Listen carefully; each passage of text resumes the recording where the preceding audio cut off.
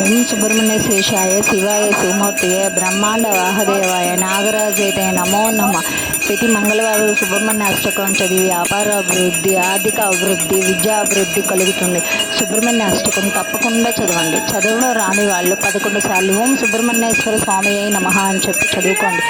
ఆయన మంగళహారతి ఇచ్చే టైంకి ఆయన వాహనం, నెమలి వాహనం హారతి చూసి కనులారా తరించండి. ఓం సుబ్రహ్మణ్యేశాయ శివాయ శివమూర్తియే బ్రహ్మాండ వాహదేవాయ నాగరాజైతే నమో నమ నమో నమ. ఓం సుబ్రహ్మణ్యేశాయ శివాయ శివమూర్తియే బ్రహ్మాండ వాహదేవాయ నాగరాజైతే నమో నమ. ఓం సుబ్రహ్మణ్యేశాయ శివాయ శివమూర్తియే బ్రహ్మాండ వాహదేవాయ నాగరాజైతే నమో నమ. ఓం సుబ్రహ్మణ్యేశాయ శివాయ శివమూర్తియే బ్రహ్మాండ వాహదేవాయ నాగరాజైతే నమో నమ నమో నమ నమో నమ.